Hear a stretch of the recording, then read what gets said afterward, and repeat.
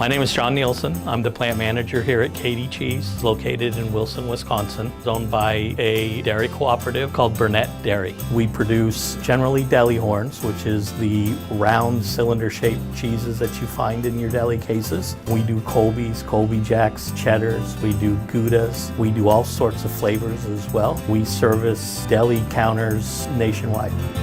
We're an award-winning cheese manufacturer. We bring in just under 1 million pounds of milk a day and produce generally about 5 days a week. My name is Stephanie Miller. I work here at Cady Cheese. I'm in charge of marketing.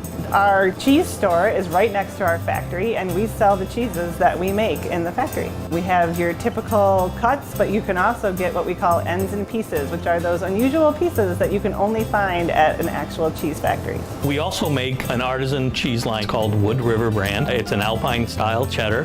We've got people who've been working at this cheese store for over 20 years. If you don't know what you want, please ask for a sample. We can cut you any samples that you want. One of the best gifts that you can give during the holidays is the gift of Wisconsin cheese, and you can find different gift packs right there online at cadycheese.com. We'd love to see you, love to have you come and get your feedback on our high quality cheeses.